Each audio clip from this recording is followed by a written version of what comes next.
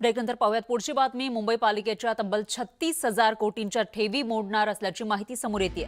पालिकेकडे सध्या 81,000 कोटींच्या ठेवी आहेत आणि त्यापैकी 36,000 कोटींच्या ठेवी मोडल्या जाणार असल्याचं कळत आहे।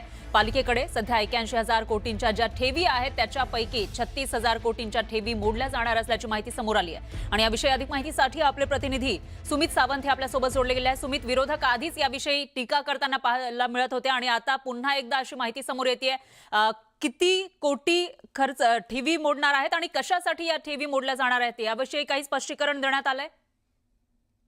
बरोबर आहे। तर 81,000 रुपयांचा आजचा हा अर्थसंकल्प सादर झाला आणि त्याच दरम्यान एक माहिती समोर आली ज्याच्यामध्ये 81,449 कोटी इतक्या ठेवी बाकी असताना त्यापैकी 44,826 कोटी इतक्या ठेवी तोडता येत नाहीत, कारण त्याच्यामध्ये पीएफ कर्मचाऱ्यांचा निधी आहे, वेगवेगळ्या गोष्टी आहेत, त्यामुळे तो निधी तोडता येत नाही। म्हणूनच उरलेल्या 81,000 मधल्या उरलेल्या 36,623 कोटी इतक्या ठेवी बृहन्मुंबई महानगरपालिका आता तोडणार आहे। वेगवेगळ्या प्रकल्पांसाठी, विकास प्रकल्पांसाठी या निधीचा वापर होणार असल्याची माहिती या आजच्या अर्थसंकल्पात देण्यात आलेली आहे। आणि त्यामुळे जो विरोधक आरोप करतात सातत्यानं की ठेवी भाजपाकडून किंवा सरकारकडून मोडल्या जात आहेत, महायुती सरकारकडून मोडल्या जात आहेत, त्याचीच प्रचिती आजच्या या